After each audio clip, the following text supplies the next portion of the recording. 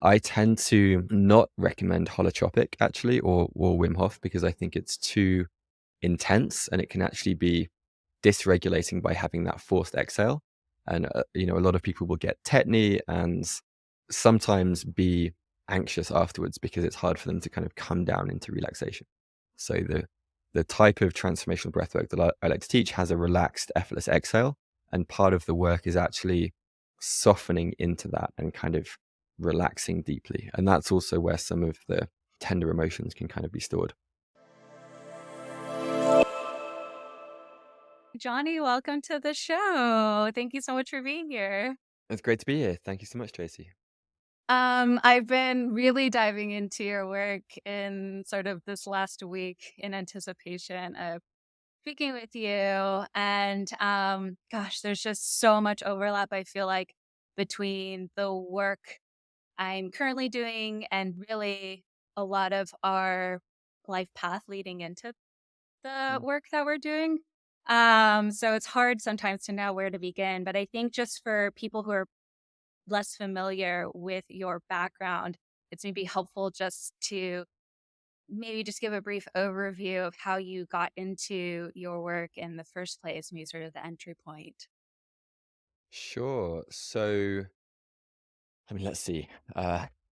The abridged version is about 10 years ago, I was a startup founder. I was a co-founder of a travel company for about 5.5 years and ended up going through a burnout and kind of leaving that company, um, but not really realizing why at the time or kind of putting much thought into it. And then about 3.5 years later, my ex-fiance at the time, Sophie, she had been diagnosed with bipolar disorder, and she ended up tragically taking her own life. And that kind of journey through grief kind of unlocked a door for me of both like really understanding my emotions, like how to even feel through and go through that.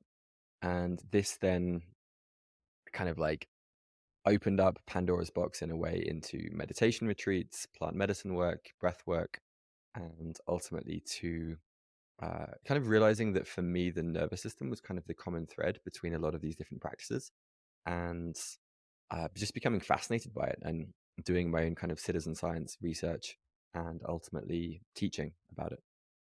Mm. That was a beautiful way of briefly saying, give 10 me a years, that was it. So Yeah.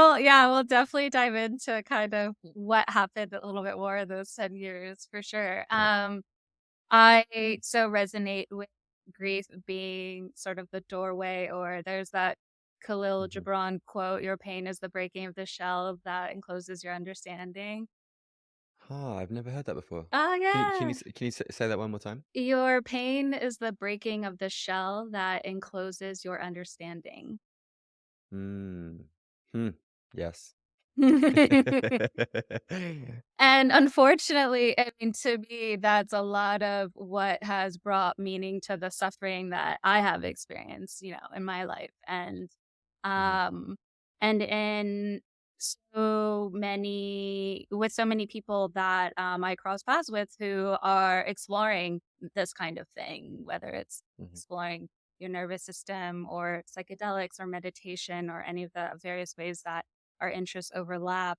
A mhm, lot of the inspiration is from a place of wounding, a really, really mm, deep wounding, because yeah, it's so easy to, when you're younger, to be in the thick of, like, you were a startup founder, and I was in medical school, and mhm, very career driven and sort of being in default mode, and then mhm, a life event like that just shakes things up, in such a way that you are sort of almost forced into an awakening that you didn't even know you were maybe seeking mhm, potentially the whole time. But but anywho, and that's a lot of how I got. So I would say, we don't. I know you via Twitter and your work that mm, you share there, and that you share there.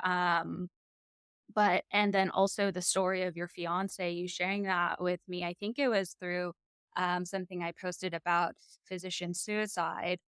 Mm, And mm, and it mhm, overlaps with burnout. Of course, there's incredible burnout in the mm, healthcare professions, any caregiving profession, mm, and and and potentially how nervous system work could have really helped, in your case, your ex-fiance, in my mm, case, my father or my colleagues, mm, um, to work, I mean, to as a tool for really just, moving through this human experience.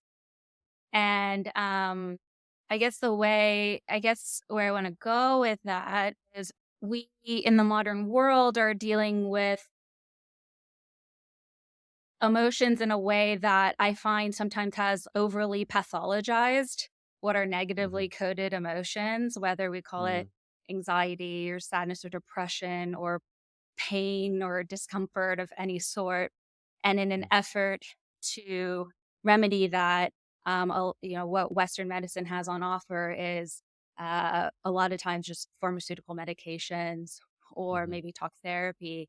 And when I was going through medical school, there was no talk whatsoever of how the nervous system interfaces with our emotions, interfaces with our physiology, and mhm, how it is all one system. And I guess what I'd like you to maybe expand upon is how nervous system mastery, what you've really devoted your life's work to at this moment too, can help be an alternative to mm, that conventional way of approaching mm. emotional and mental health.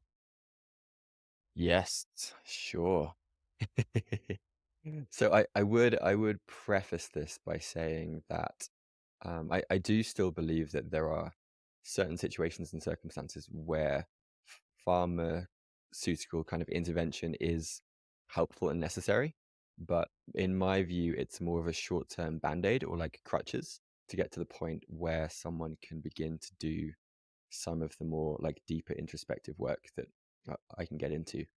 In terms of what I teach and the way that I've attempted to kind of distill the curriculum into a structure that hopefully makes sense, uh, there are three kind of key pillars or skills that I consider, which very few of us were actually taught as kids, and I view as being kind of fundamentally important to living a healthy life, and particularly for also working through uh, quote unquote mental health challenges.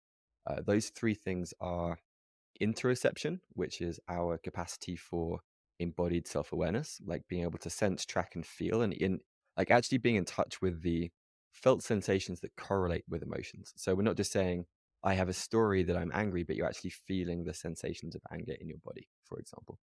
The second kind of core piece is understanding that there are um, ways of leveraging our biology or leveraging our physiology in order to change our state in real time. So, in say top-down talk therapy, there's people might say like think positively or like reframe your situation and or meditate, and these practices are helpful for sure. And in my experience, it's actually much more efficient to work with the breath, say, or work with the body in order to shift your state up or down. So a common example would be, if someone's like, I actually gave a talk about, um, I called it the gift of grief, and it was a TEDx talk. And before going on stage, I was on the verge of having a panic attack myself. I was so nervous, my like hands were shaking, could barely breathe properly, and I did. It was like 3 minutes of alternate nostril breathing and some physiological sighs, and my state just shifted instantly, and I dropped down into this state of calm and delivered the talk, and it was great. And the thing that I'd love for people to explore or get curious about are these different practices, some of which are rooted in like 2-3 thousand year old kind of yogic history, and then now have much more like scientific backing to them, which can up or down regulate your nervous system. So that's the second, and then the third, which we could probably spend this entire podcast talking about or unpacking, is what I call emotional fluidity, which is somewhat distinct from emotional regulation, where in my frame, regulation is more about controlling or down regulating the emotion so that you can kind of continue on with your day. Whereas emotional fluidity is essentially welcoming the full spectrum of emotional experiences. And as you said, the the mainstream world's media kind of has there are like positive emotions and there are negative emotions, or positive valence, negative valence in medical talk.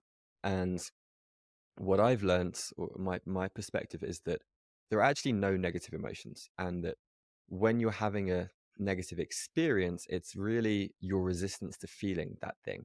And actually there is always some sense of freedom, relief, wholeness on the other side of feeling an emotion all the way through, whether that's grief, whether it's anger, whether it's shame. And part of my own personal journey has been working with these emotions and the felt sensations that correlate with them in order to feel comfortable, both feeling them, expressing them, and welcoming them. And in terms of how that relates to the kind of mental health challenges that a lot of people go through, um, something that I've noticed in I have a breathwork clinic and do what's known as FBR, facilitated breath repatterning. And to give a specific example, people that come in with a sense of lethargy or depression or exhaustion, what I found is that is often correlated to repressed anger. And so by creating a sense of embodied safety and guiding someone into an experience of healthy anger or rage, where that energy is kind of moving through them, it brings back online that sense of aliveness that had been repressed. Um, so I could keep talking about this for a while. What is there anything that I'll pause there and let you jump in? Thank you so much. I love the way that you structure sort of the three pillars as a way of thinking about it and distinguishing emotional fluidity versus emotional regulation. It reminds me of this concept that I like to share, which is full spectrum vitality with Mm, people, which is like it's not about, I think, at least when I started doing this kind of inner work on myself, I considered it a failure if I was moving through life and I became really angry and mhm, expressed it in a certain way or, you know, or sad or something, right? One of those so-called negatively valenced emotions. yeah, And some of the clients or the patients I work with very much have that same perspective as well. Like they mhm, deem to be enlightened is to, you know, always to practice equanimity all the time, to not sure, have any, you know, and to be an emotional being is almost somehow, especially when it comes to the so-called negatively valenced ones, is somehow a mhm, failure.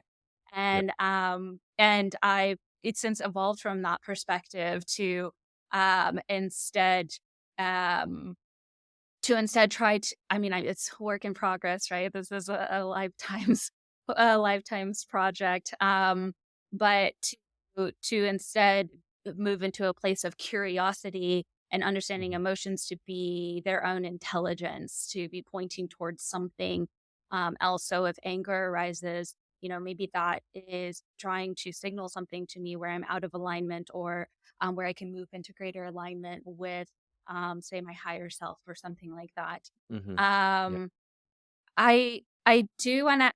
I would love to ask because this is a question that came up for me as I was looking through some of your work, or maybe I was listening to another podcast where you were a guest. But um, and it's interesting that you specifically bring up anger as being a more something that a lot of people are repressing that specific emotion and this process of welcoming, feeling, and expressing. And I think about it with, I also think about it with, I have a 3-year-old son who oh, for sure feels anger and frustration many times yeah, throughout the day. probably has a really good emotional fluidity as Uh, well, like oh, anger one minute, incredible. joy the next, Yes, sadness the next. it's definitely more fluid than mine when we especially when we are trying to go somewhere and he has shifted gears faster than I have. And so I guess and I think about it too with like trying to teach him, but really he's teaching me, which is what would be a healthy way to express anger, Mm, especially when it's in an intimate relationship, or maybe not, maybe it's a professional relationship or something like that, and mhm, to not let it damage the relationship. mm. Yeah, great question. This has been a journey for me in the last few years, so I'm more than happy to share my experience here. Um, I would say, as a general principle or a general rule, if you're expressing anger at someone else, it's likely not healthy, or it's certainly not good for connection, and it's really helpful. Um, but allowing anger to move and be expressed is incredibly, like it brings back our life force, kind of, as I forget what the phrase used, but like it brings back our vitality. So in terms of like practical ways to go about doing that, for me in the beginning, it was in the context of breathwork journeys. So I would, halfway through, I'd notice this like tension, usually kind of in my solar plexus, sometimes lower down, and the facilitators would actually kind of stand above me. I'd be lying down, and they'd invite me to press my arms against theirs whilst making a loud sound.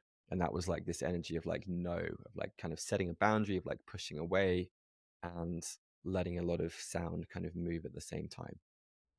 But obviously, not everyone has access to like breathwork circles. So for me, I will, like, when I notice in myself that there's some anger that needs to move, either go up to my bedroom and just like anger at a pillow, like rage release. There's a bunch of different techniques for doing that. Sometimes like slamming your forearms on a pillow can actually be quite kind of cathartic, and can feel good. And often it's not that the movement releases the anger, but if we don't use some kind of breath sound or movement, it's quite it can be tricky for the anger to actually move.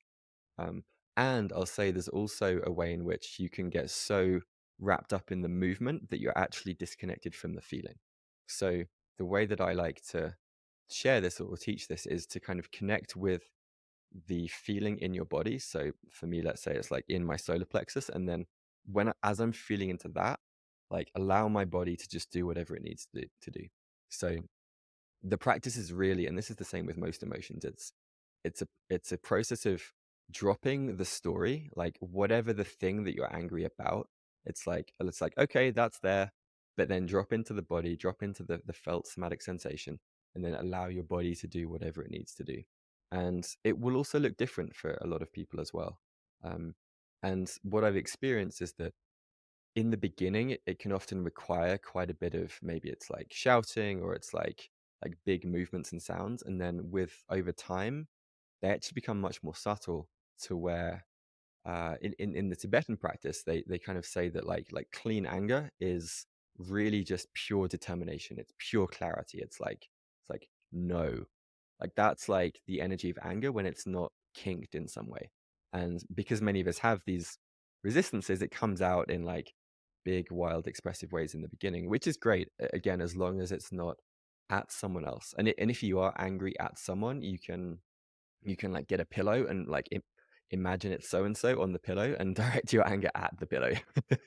And that's like because sometimes people are legitimately angry at another human, at someone else, and so doing it in a way where they're not in the room, and you can move that energy, that resentment, in that way.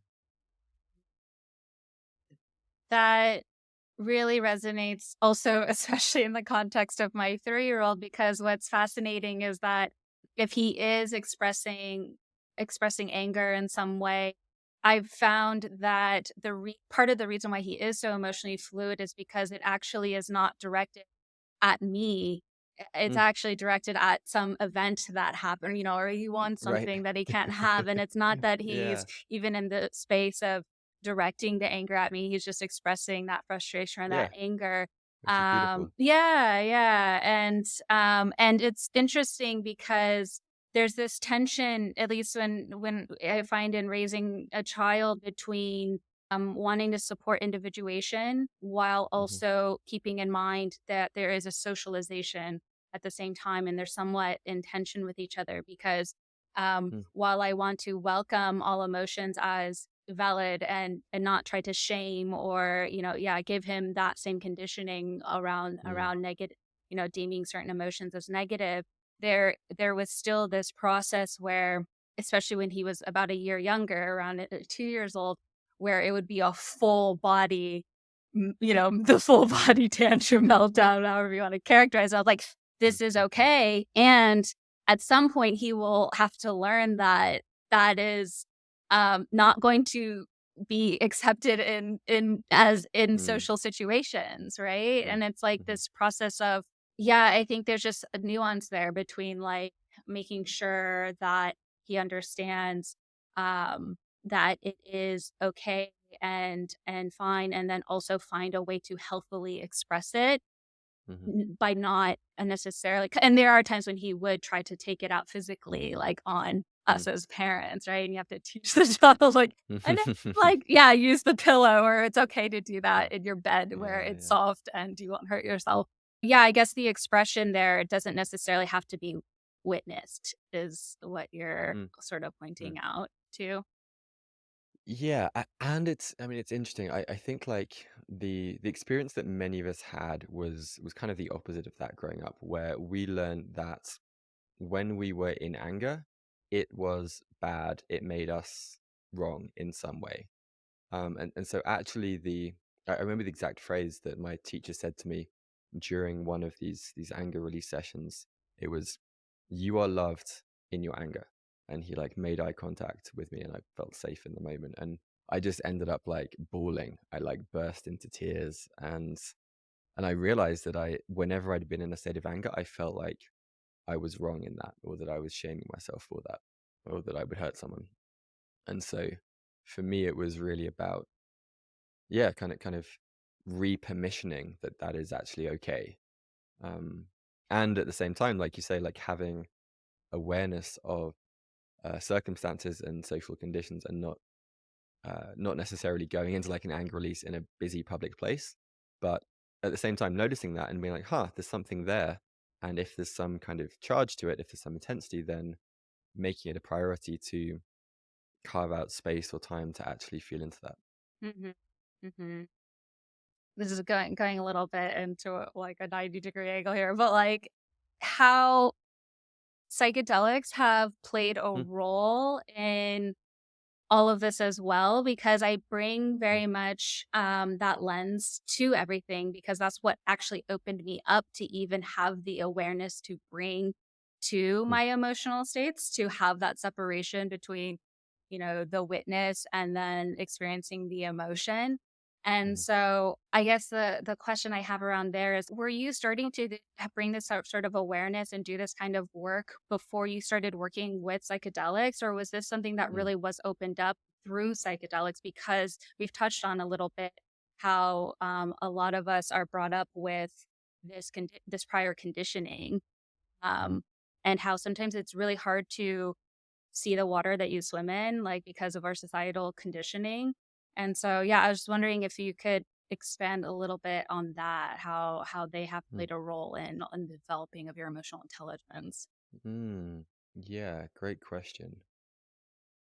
So, in my particular case, I started off with meditation practice, which I actually think in hindsight was kind of the right move. I think it is very helpful to build up some sort of like equanimity muscle so that if something intense is coming up, you can have that psychological distance between your awareness and whatever the thing is. So it kind of builds some capacity, like nervous system capacity in the early days. I think for me, psychedelics um, they were transformative in the sense that I'd say for two reasons. One, at the time, they kind of shattered my materialists, atheists, kind of like I know what's going on worldview, and they opened me up to like, oh my gosh, like I don't know what the hell just happened. But whatever mental model or map I have of the world and the cosmos is clearly inadequate. Like it's missing some key things there. Um, and then I think the second thing is for me at least, it was a very powerful amplifier for my internal state, and it allowed me to access deeper wounding, I'd say, that I probably wouldn't have been able to touch um, without, several months or years of internal exploration through meditation or through somatic experiencing practice, things like that. So it was almost like it it brought a lot of like the core wounding like right up to the surface. Like here you go in in that way. Um, what else can I say about psych? I mean, I think it also depends on. Well, it does depend so much on both on the compound, on the set, and the setting, and uh, if it's taken in a kind of ceremonial sense, and it's more about connecting with the other people there. If there's a therapeutic intention, maybe it's like a one-on-one guided session where before and after there's a theme that you're wanting to explore and you're wanting to go into a specific area. So I think they've been called non-specific amplifiers. So it really depends on what your intention is before and during the journey. Um, but if you have a skillful guide and a specific intention to let's say explore grief or explore anger, something like that, then I think they can be very powerful uh, in assisting that process. Do you sort of, for the people who come, who are attracted to your work, who sort of apply to be as in one of your cohorts for nervous system mastery, do you find that a lot of those people have had psychedelic experiences, or how does, Mm. yeah, how do you gauge sort of psychedelic use amongst that cohort of people? Yeah, I would say, I mean, uh, many explicitly do say yes. And my suspicion is that many more have also had some experience, and there's many that haven't at all. Um, so yeah, I mean, it's definitely getting more and more mainstream and accessible. And even though it's still illegal in the US and the UK, there are now legal places that you can go: Amsterdam, Costa Rica, South America, places like this. I think I actually interviewed um, a ketamine therapist who runs a clinic in LA, and it was like talking to him about how they run the integration sessions and what he thinks actually going on, and how different compounds have different amounts of like neuroplasticity that's going on. There's so much there, and I think it's an incredibly exciting time. But I think the key point for me is that it's psychedelic assisted therapy.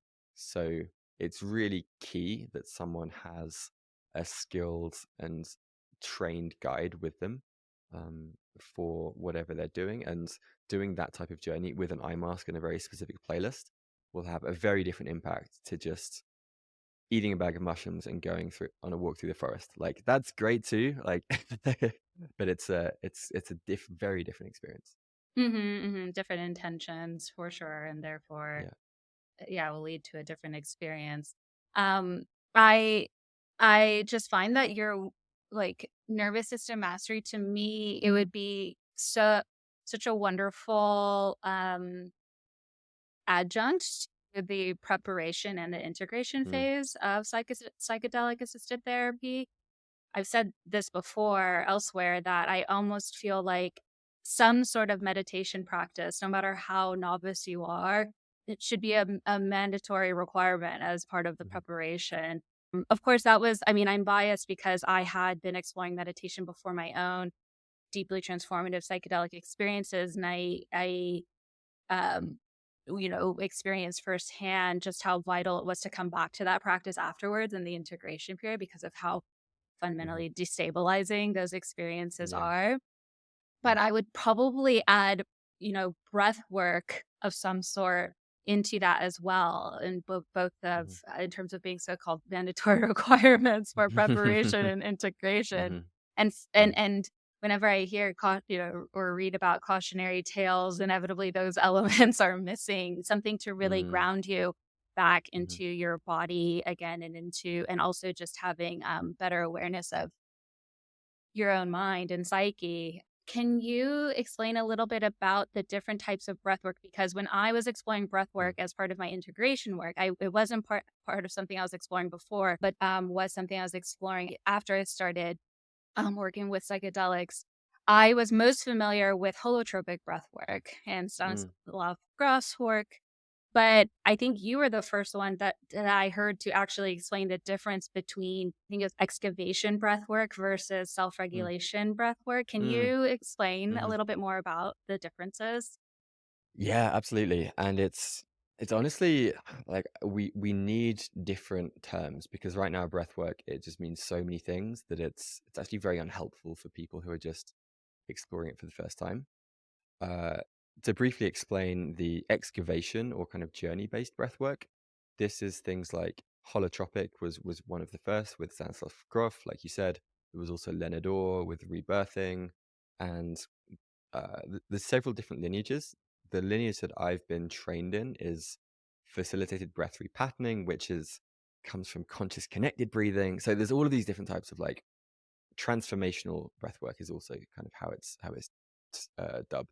And these are you can think of them as like mini psychedelic journeys where you breathe in a rhythmic kind of circular way.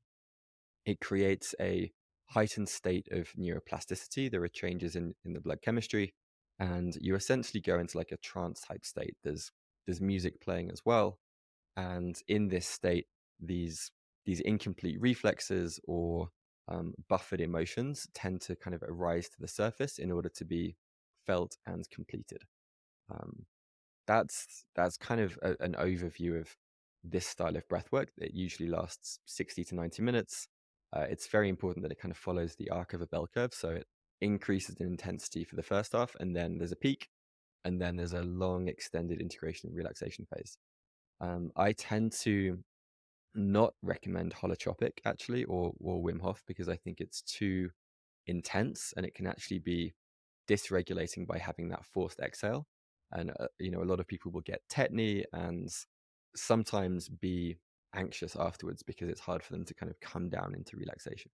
So the type of transformational breath work that I like to teach has a relaxed, effortless exhale, and part of the work is actually softening into that and kind of relaxing deeply. And that's also where some of the tender emotions can kind of be stored.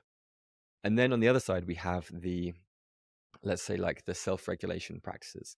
These are mostly based in pranayama, which is the kind of yogic tradition where this form of breath work was used as a way to prepare for meditation essentially.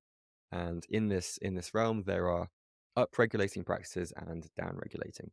The up-regulating will activate the sympathetic system, which make us more alert and kind of alive and like awake, and the down regulating give us this sense of calm, relaxation, groundedness.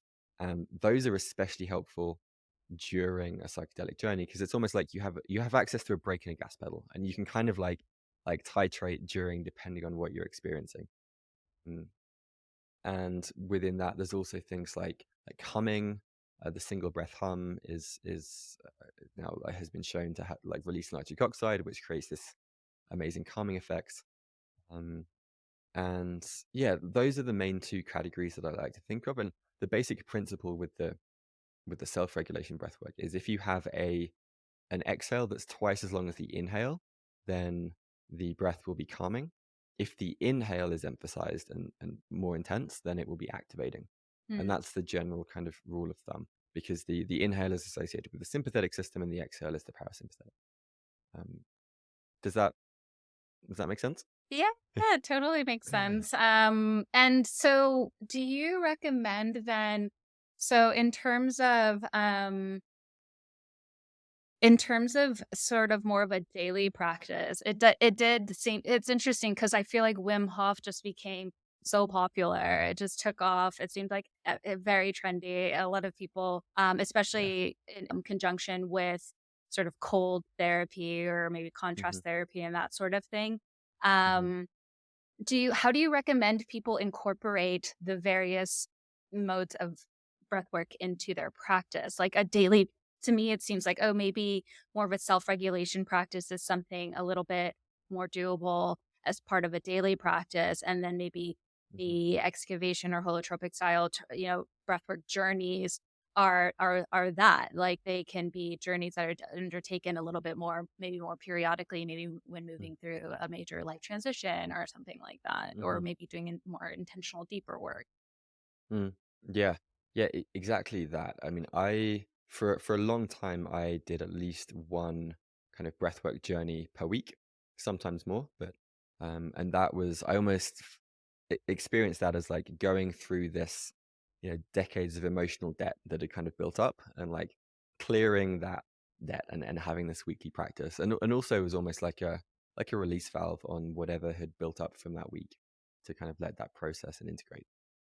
So I think like a weekly breathwork journey practice is extremely helpful. And something I love about breathwork is, you probably wouldn't do a psychedelic journey once a week. I mean, some people maybe, but breathwork's, it's an hour and a half. There's no, you can kind of stop at any time. it's much more, it's much more accessible. You don't need a guide. Um, so that was my practice for a long time. And then in terms of a daily practice, it's actually I think it's important to tailor these to the nervous systems of the people. For most people, I would say that for most people that I've come across, having a downshifting practice is actually more helpful. Like we tend to be a very upregulated society, and this is why things like Wim Hof are extremely popular. They create peak experiences. Some people will like disassociate and they'll kind of like blast off.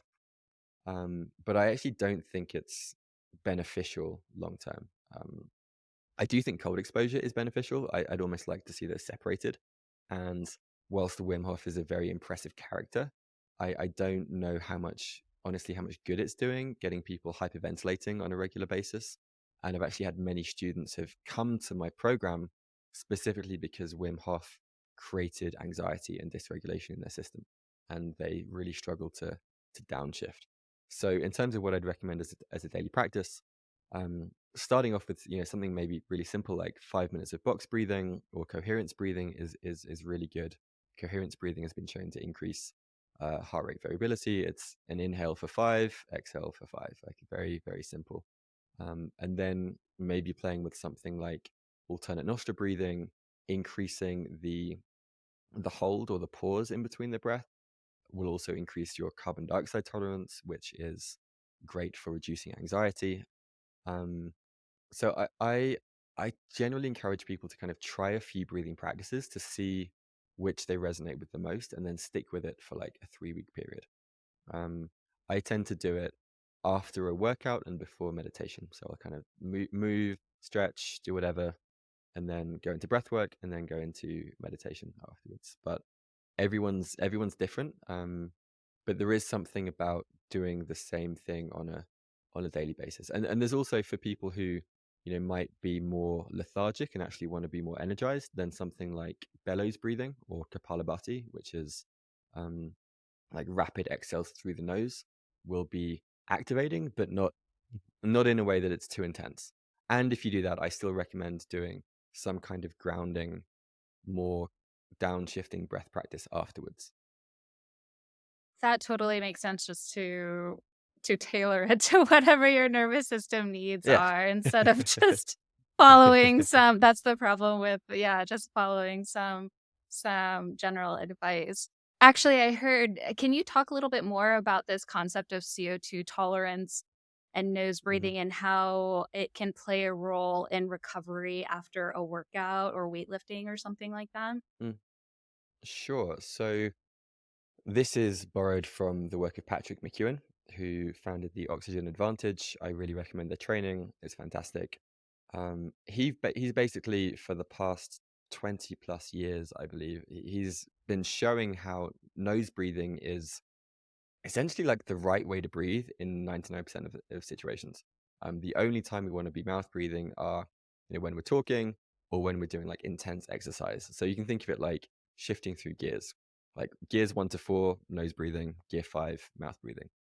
Um, and when we mouth when we mouth breathe, and also tends to be kind of shallow and in the upper chest, that is when people are more prone to anxiety because it's activating the sympathetic nervous system.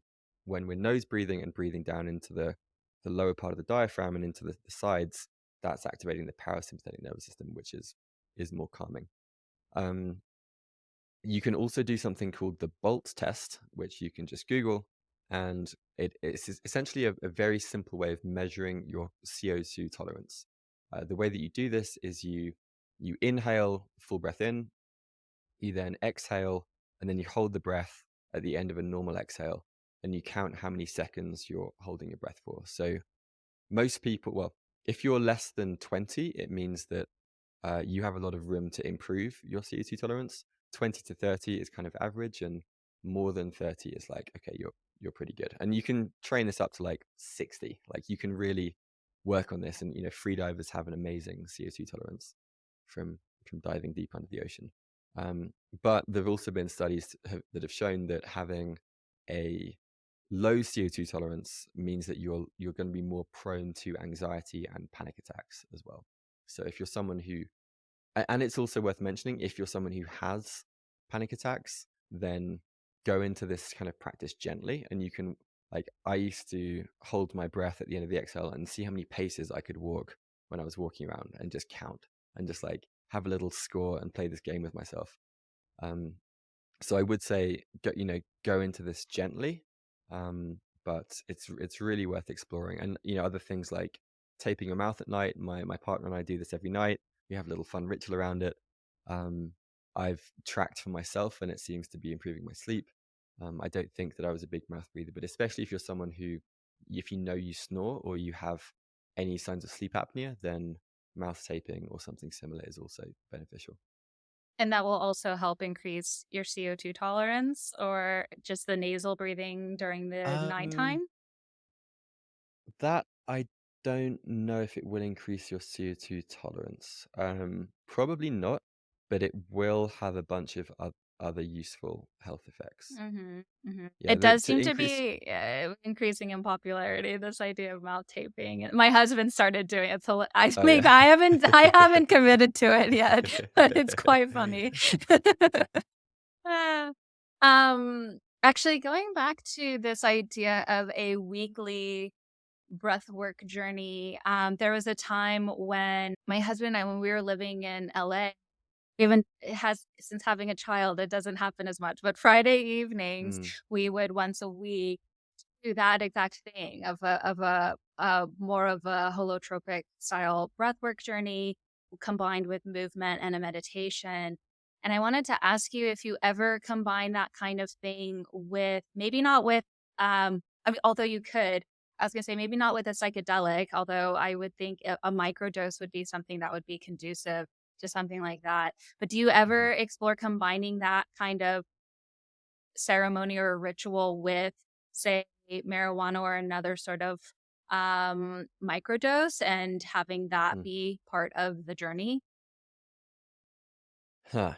So I have explored this with microdoses, and I would honestly caution people to be very, very wary, in the sense that the breath work will, I've experienced it, it's almost like taking 10 times the amount that you have taken when you're in the breath. So it can be very, very activating and potentially destabilizing.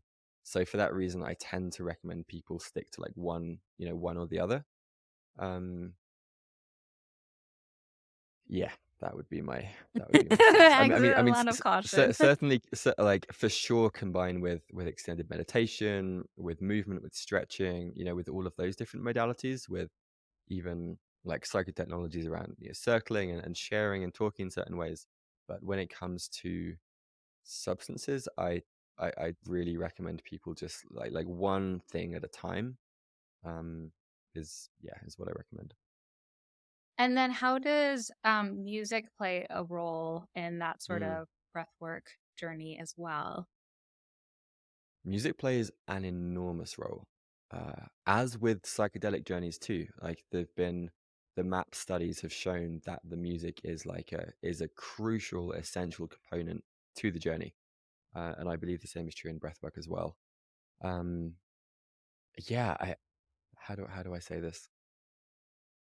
There are certain types of songs which, for me, I experience as almost like inviting me down into the depths, usually around emotions of like shame or grief or maybe anger. And then there are certain songs which like bring me back up into a sense of connectedness and joy and all those things. Um, the art of curating tracks for a breathwork playlist is a real art.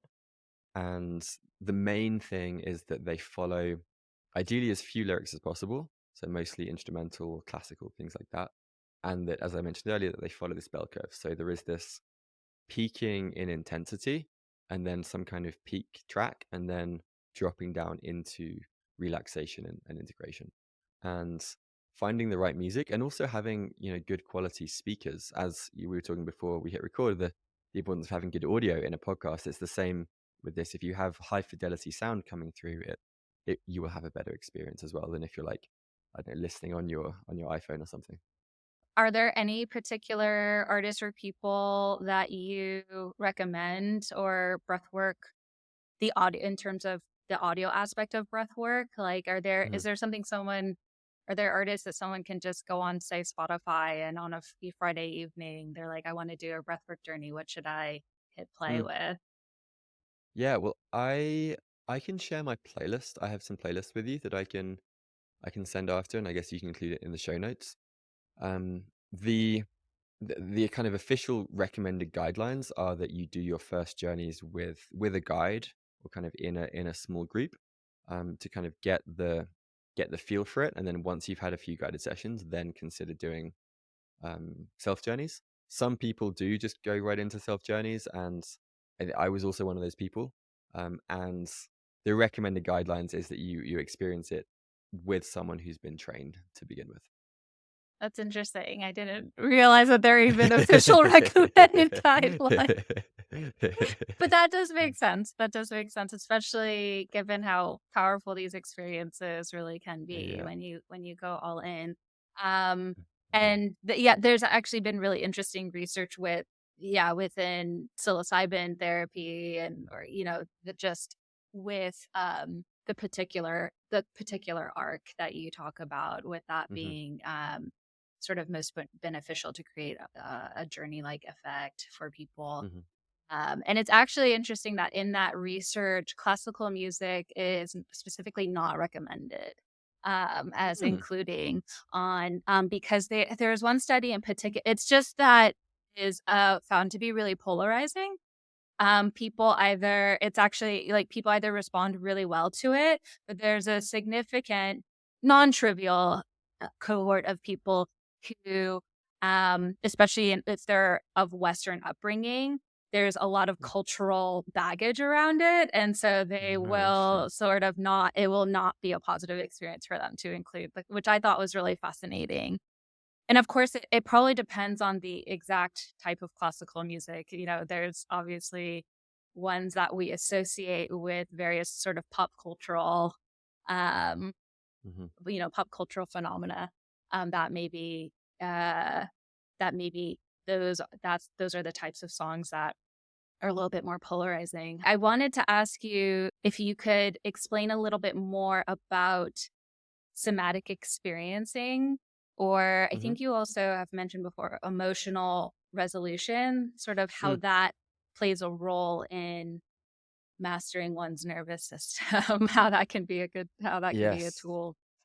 Yeah, sure. And just before I do, I'll mention that I thought that the Johns Hopkins playlist was classical music. This was a couple of years ago, so maybe they've changed it since. But I found that surprising. And East Forest is also someone who I'd recommend people look up for his. Yes, East He Forest has is. like different playlists for guided journeys. He has some amazing music, and he's kind of combined music from different cultures around the world and created his own like electronic versions. Just a very skillful musician. He lives here in Boulder. Um, but yes, the second part of your question was I went on a tangent. Somatic Somatic experiencing experiencing and and rest. Yes, emotional resolution. yeah. Yeah. So this i there are various different modalities for working with emotions. Uh, there are also things like Hakomi, Nam, EMDR, and what most of them have in common is inviting someone to kind of go into their body to identify the felt sensation that is associated with a certain feeling or a certain emotion, and then to explore. The way that somatic experiencing tends to do that is um, that there's an invitation to firstly kind of curiosity and openness, like you mentioned earlier. And if I was guiding someone, let's say if I was guiding you through something now, I would say something along the lines of uh, notice in your body where you feel the anger, and then you can say things like notice what it wants to do, or if it had a shape or a color or a is it hard or soft, and just like really get very granular about the feeling, and then noticing if it wants to change or if it wants to move in some way. The way that MRes is slightly different is uh, it will the practice is basically you have this sensation, but then you also track two other neutral body parts. So I might be tracking my solar plexus, which is where the anger is, and then also track my left shoulder and track my right foot. And like having my awareness of all of those three, there's almost like a spaciousness that's created around whatever the contraction is in my chest, and that can help it to move and shift in a more helpful way. Sometimes people's awareness can get too kind of like contracted and narrow around a certain thing that they can't really shift it. And so there's something about having your awareness in multiple places and resourcing yourself there that creates the safety for the emotion to be expressed. Hmm. And how sort of it brings to mind for me also this concept of emotional flooding, or at least what I hear a lot of people bring up to me is in terms of going into an emotion Mhm, and expressing, being willing to fully feel it and express it. Oftentimes I will hear people say that like bring up a fear around that because they're worried that they just won't they'll go so deep into the anger that mhm, say mhm, for example that they just won't be able to come out of it, like you say, you're feeling it six mhm, hours later or something because it's that strong. Like mhm. what would you say to someone who is expressing that sort of concern? Mm. Yeah, I think I remember hearing this from Brené Brown that I really liked, where she said she used it in the context of, I don't want to open Pandora's box because I'll never be able to close it. Kind of a similar sort of sentiment. And she was like, well, how's it going for you? Like not opening the box. Like how is your life right now with ignoring and repressing these emotions? It's almost like they're controlling us from behind the scenes, like puppet strings. And um, whilst like I really do recommend kind of titrating or pendulating is kind of the term, and like going in very gently and kind of coming back into resource and then kind of going in and coming back into resource. Like that is essential. And the impulse to kind of feel everything in like one session is, whilst it's maybe coming from a good place, it's also not necessarily healthy. So I think going in from a place of like grounded safety and going in gradually is actually really helpful. um and then with regards to the emotional flooding, that usually tends to happen when someone is in their is attached to their story or attached to the thoughts that are spinning, and so the story is then creating this loop where the emotion, it keeps on coming back, and they're actually not feeling the thing all the way through, but they're just getting stuck in the story, which is causing this. And that could go on for 6 hours. Like Or um days? or yeah, or days, weeks, years, like Yeah. that definitely happens. But there's another prompt that Joe Hudson, whose work I'm a big fan of, he says, imagine walking all the way into the center of the feeling. And sometimes for people, there's a sense of like, oh, there's like an abyss there, and if I go into that abyss, it's like I'm gonna die. And ultimately, you need to go into the abyss. like that's basically where the freedom is, but it's scary. Like there were, and it's worth mentioning that these protective mechanisms that we've had, we've had them for good reasons, and they kept us safe often when we were young. Like they're basically adaptive strategies to keep us safe from, and to keep us like in the love of our caretakers. So they are also they're not bad, but they're just no longer useful. Um, so I think having this compassion piece is also very helpful. Hmm. I mean, I'd say the same in a lot of ways. Uh, yeah, I mean, it's like with any sort of difficult or challenging experience, a lot of times what we are anticipating is so much worse in our mind than what the actual experience of it is. And when you actually go Mhm, into it, like actually, yeah, go mhm, stare into the the abyss of it, you realize, oh wow, there it's actually not this eternal like well that I will just never climb out of. And there's mhm, a real sense of empowerment when traversing that and coming out on the other side.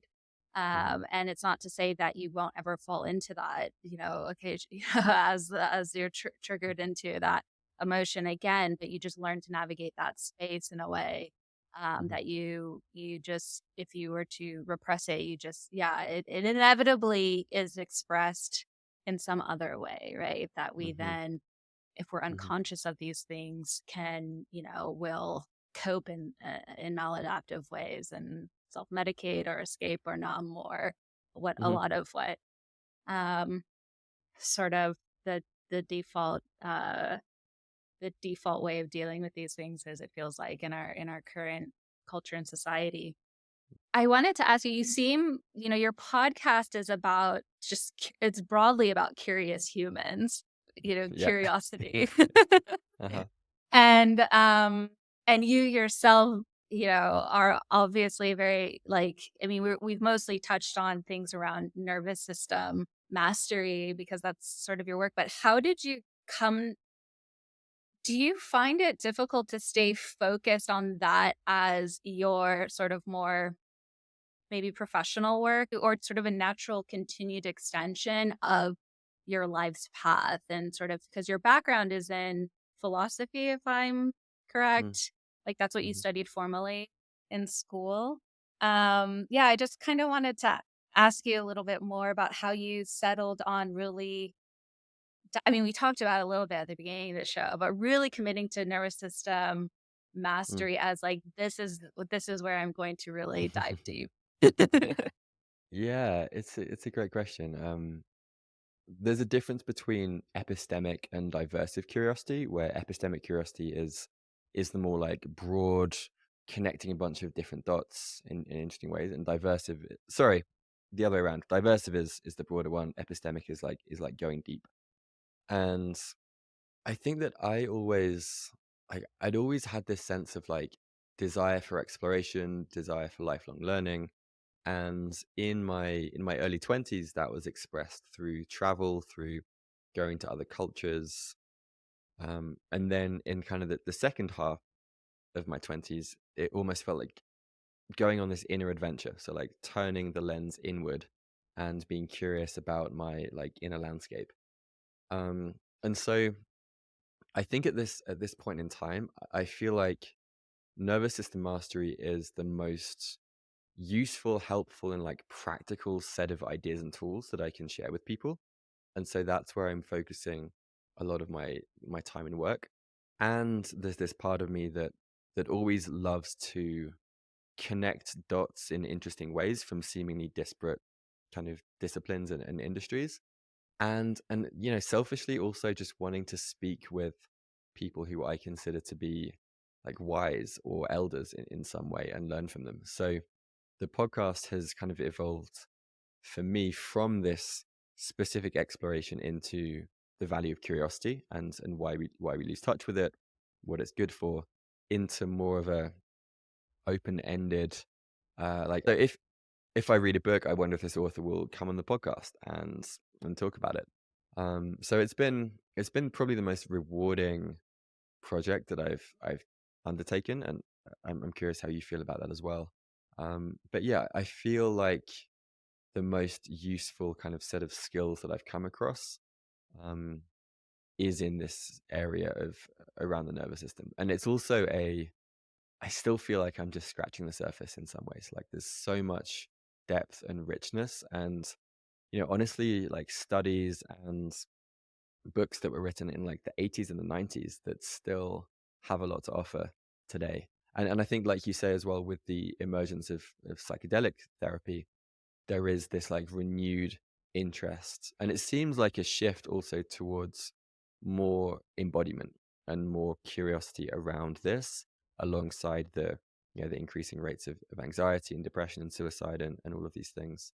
So yeah, I really enjoy the balance of like the depth in the nervous system thing, but then also the permission to talk to someone about like wilderness-based rites of passage that I had a conversation about yesterday, and just because it is also related, like loads of these things that seem like they're, wouldn't be related at all, there is overlap.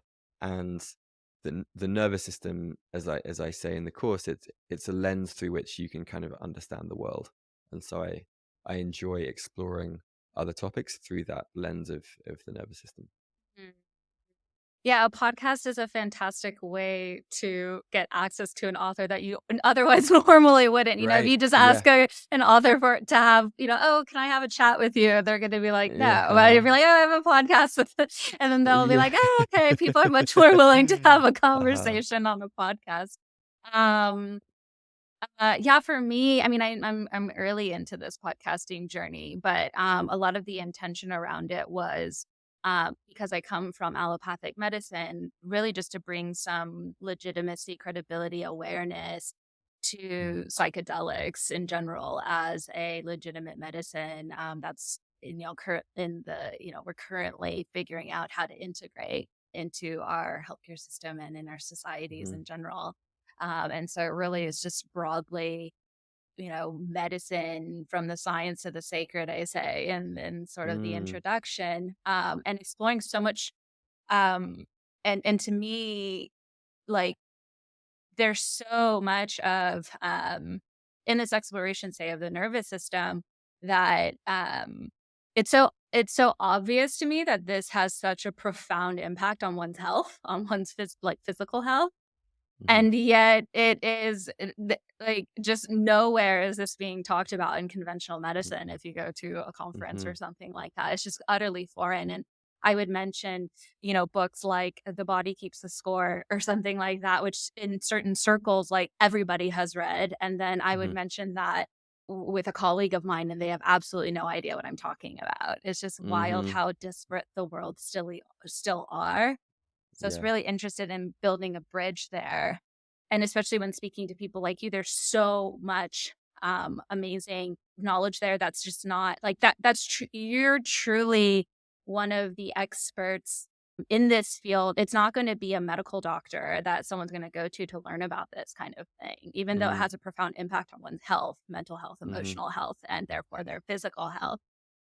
A lot of what we see in sort of what I would see presented to me in sort of in my clinic, for example, and I my background's in orthopedic surgery, so a lot of Okay. musculoskeletal Yeah. complaints. I do all of my screening, whether with X-rays or something like that, and you do your history, and it doesn't take long diving into someone's history to then uncover an emotional source or psychological or even what I would call a spiritual source of one's, Mhm. physical, the manifestation of something like that. And and so many times I felt myself wanting to I would have loved to have known, say, about your course, like when I was in residency, to point somebody to like, Mm. oh, actually, I think, surgery is not going to serve you for this kind of Sure. thing. It's actually and that used to be the way that and is the way in other cultures, so in sort of indigenous cultures, a way of approaching health issues is looking at it from that lens first, rather Mhm. than having this mind body dualism that we're still so deeply entrenched in. So Mhm. that's sort of a lot of my inspiration for the podcast is just broadening the horizons there for especially for Mm. other medical doctors in this realm. I wanted to ask you about how your education in philosophy, which Mm. was mostly, I think, in general, it tends to skew more towards Western philosophy, Mhm. and I don't know if that was how your education was, and perhaps how a lot of why I think these practices or meditation and that sort of thing become a real draw is because for many Westerners is where we are somewhat out of balance. Like we have an incredible foundation in, say, rationalism and reason and all of that Mhm, kind of thing, but then feel relatively deficient in embodiment practices. And so I wanted to ask you sort of, have you been playing around with this idea of like a synthesis between mm, Western philosophies and Eastern philosophy? I mean, supposedly within like Christian mysticism or something like that, we did have these kind of more esoteric practices, but they've mhm. largely fallen out of practice in our cultures and societies, which is, we could talk about maybe why that happened or how that happened. But yeah, how are you navigating sort of the bringing together of the two spheres?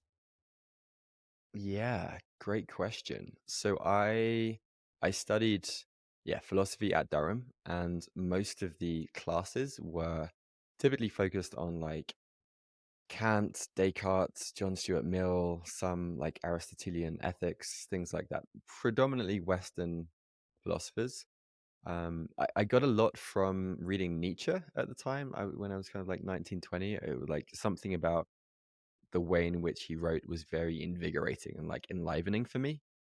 Um, and at the same, and I think reading people like Descartes, I was then, like, even at the time, I remember being skeptical of thinking that like is rationality like really the highest like good? Is that the thing that we're striving for here? But it wasn't until many years later, after graduating and discovering Alan Watts and discovering more of the kind of the Eastern teachers, people like Richard Alpert, who then became Ramdas, um, and listening to their work, where I was like, oh, there's some really interesting stuff here that I that I wasn't taught back then. And so, in terms of a synthesis, yeah, I mean, as you say, Plato and Aristotle, that they were, I've read, influenced by yeah, they had their own form of psychedelics kind of back in the day, and Plato in particular actually had some kind of very spiritual beliefs that were often left out of many of the people that quote his work. Um, and I think in recent years I've become much more fascinated with Zen and with kind of Hindu teachings, and finding the common threads between the kind of mystical origins of many modern day religions, like you say, like the Gnostic Christians, even like the like Western like magic traditions that were in the in Europe and the US. And yeah, like it's definitely been an exploration that I'm still kind of undergoing.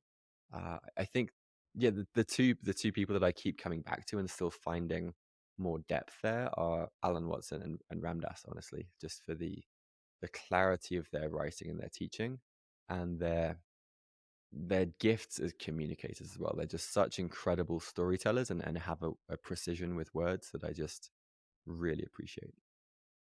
Yeah, and they're able to specifically translate for the Western mind. Completely. Hmm. Yeah, yeah. And I do you think I think I was listening to another interview of yours, but where you said that it you don't think that the works of Alan Watts or Ram Dass maybe would have landed with your younger self had you come Mm, across it at the time. And I wanted to ask you hmm. why you think that is, because I look at younger people Mm, now as they navigate are, learning to navigate the world and meaning and purpose and all of that yeah, stuff. Yeah, like why you think it might not have landed as much with your younger self. good question. I I sense that when I was like 19 to early 20s, I was really rejecting Christianity, which I'd kind of had shoved down my throat to a certain degree in school, and saw it all as dogma and just as basically, yeah, dogmatic. And so I think anyone coming anyone coming through some what could be interpreted as a religious lens, I would have just ignored as no, that's just non-factual, not worth listening to. And I also think that you almost have to have had some lived experience to correlate to the things that they're pointing to. At least that was true for me, at least, where I had moments like pinpricks in 10-day meditation retreats and then through ayahuasca where I was like, whoa, okay, like there is a territory here that I've just experienced, which the entire Western canon hasn't been able to really help me understand or navigate. Um, and so I think it was that created more receptivity and more curiosity and more openness to things that I would have labeled as very esoteric and not really worth looking at. And I also think that there was a there was a certain drive in me to be productive and uh be successful, and the usual kind of like um early stage adult ambitions. And I think I didn't really have the patience or the time to invest sufficient curiosity in those things at the time. That would have been my sense. I mean, I could be wrong. Maybe someone had given me an Alan Watts book and just said, like, read this. Maybe I would have loved it and it would have changed my trajectory. I don't know. But my sense is that it's very helpful to give people some experience of the numinous that doesn't map to their current worldview. And that can be through meditation, through breath work, through potentially psychedelics if it's appropriate. And some people just have the experiences just looking at a sunset, like experiencing beauty. It's not it's not linear. Uh, but yeah, that. I think it's a great question, and it's something I think about a fair bit too. Um, but I do believe it begins with experiences first. I mean, in the case of Richard Alpert, he was a Harvard psychologist and he took LSD and saw all of his identities kind of dying in this hallucination, and that changed him, from that point onwards. And he then explored meditation in the East and met his guru and all these kinds of things. So I do believe it has to be experiential first. Yeah. Mm-hmm, mm-hmm. And I think I've also heard you speak about ego death as a rite of passage. Really? And yeah, maybe you just briefly Interesting. touched on it. Yeah. And I hadn't really thought of it a phrase that way, although for sure I've had these kinds of experience. I mean, and you don't have to go. I mean, the ego death is also not a very precise phrase or term, and it's bandied about a lot in Hmm. psychedelic circles. Um, but in some ways, I think perhaps we have to first develop an ego, like solidly develop an ego before we can experience an ego death and also be open to receive these other forms of wisdom. And so, like, I, that, at least for me, and it's part of what I recommend too as I move into psilocybin facilitation work. Mm. And there's, like at what age is it appropriate or would it be if we are going to reintegrate, say, psychedelics as a rite of passage, perhaps, Mm. what Mhm. at what age would you do that? For me, my Mm. first really I experimented somewhat recreationally when I was a little bit younger, very, very little.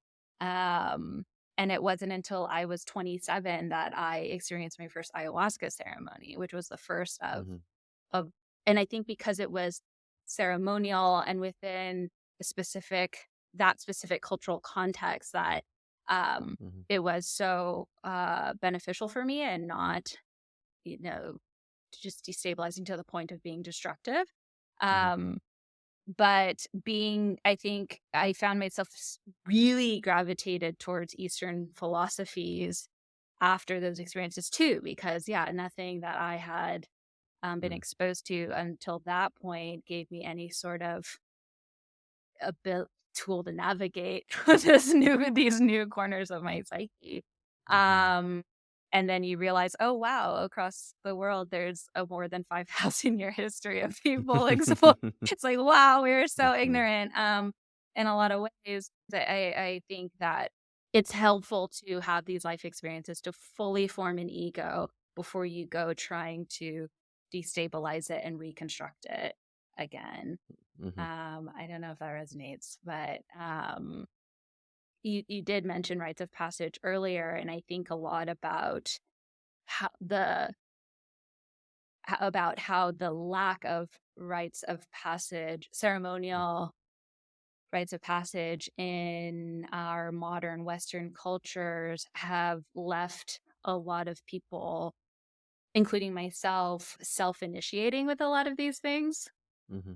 and how that, like we've mentioned, a lot of, exercise a lot of precaution, especially when it comes to really powerful tools like psychedelics. They don't come without their risks, like very significant risks. And so, how does our generation then create these rites of passage for the ones that are going to be coming after us? Like, what Hmm. does that look like to you? Mm. Yes, good question. The person whose work I think is very informative on this area is Bill Plotkin. He's written a book called The Journey of Soul Initiation, I believe is the title. And he would also say the same thing, that you need to have a very stable, well-developed ego in order to go through ego dissolution. Um, I mean, it's. I think this is something that we need to figure out as a culture and as a society. If you look at indigenous traditions, many of them will have these very important structured rites of passage at the age of 16 or 17, where particularly the males in those cultures, they will leave the mother, they will go out into sometimes the desert, they will fast for 5 to 10 days, um, and they'll be given these practices, dream work. Um, Sometimes I think psychedelics are involved in these cultures too.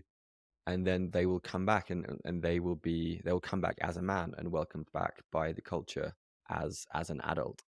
And something that Bill Plotkin says is that I think he uses something like 90% of adults in the world today are in the early stage adolescent phase of human maturation, of human development, specifically because we haven't had these rites of passage. And in order for a rite of passage to take place, there usually needs to be an elder. And we don't really have these elders in society. So people like yourself and myself, like we've had these self-initiatory practices, which get us some way. And there can also be a lot of challenge with that as well, because when you come back, you're not the same person as when you left, but people act as if you are, and there's no acknowledgement, there's no welcoming, and it can be a very what's the word, disharmonious, fragmenting experience to return back. And so I think it's one of the most central questions of our time is like, how do we recreate and design our own initiatory practices for the young and for adults as well, frankly. I do think psychedelics play a role, but they're only one piece of the puzzle. I think there are many other cultural aspects that need to be, because the thing is that psychedelics in some cases can actually strengthen and reinforce the ego. People might go on multiple trips and have these big experiences and then be like, I died so many times, and it's actually just reinforcing the existing ego structures in, I would argue, an unhelpful way. So frankly, I don't know what the answer is. I think it's a very important question to explore.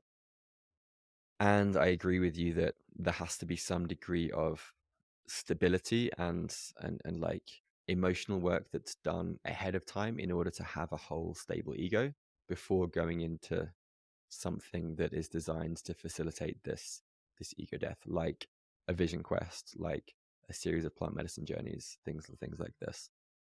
Mhm. Um, yeah, those are my thoughts in this moment. Mhm. Mhm. And I guess just to sort of close out, what are you most excited about kind of at this moment in time in terms of moving towards in the future? I am really excited about in-person, like, nervous system retreats and experiences. I've been mostly working online, which has been great. And there's this like craving for like in-person human connection. And and the deeper dives that I think are only possible when you're there with someone in person. Um, I'm actually going to be going on a couple of plant medicine journeys myself later this year, so that's something I'm very much looking forward to. Um, and yeah, I've really been enjoying the podcast lately. I recorded like 5 episodes in the past 10 days, and I've just really been enjoying the art of dancing with someone in this kind of podcast format and seeing where the flow of the conversation wants to go. And so I think alongside the next nervous system mastery cohort that's coming up in mid-September, so almost a month from now, um, that and just recording more, having more conversations like this. Like this is like my happy place. Like I could do this all day. Same, same. It's, I guess it's a form of dialogos, of sense making, of Hmm. Hmm. exploring, yeah, exploring our world. Yeah, like you say, in the dance of conversation with another person. Um, Thank you so much, Johnny. I will include the links to your course, your website, if people are more curious about learning more about your work. And also link to the I've really enjoyed diving deeper on your podcast. And thank you so much again. Thank you for who you are in the world and everything that you do. Hmm. Well, I appreciate you too, Tracy. Thank you so much for your time. Hello, beautiful people. If you enjoyed the podcast, please do hit that subscribe button. And as always, leaving a like or a comment, sharing or leaving a review. All of that is so, so appreciated as we help to grow the podcast. And if you are interested in learning more about my work as a psilocybin facilitator and integrative wellness physician, please do visit my website at www.elusiahealth.com. That's Eleusia, ELEUSIA, health.com.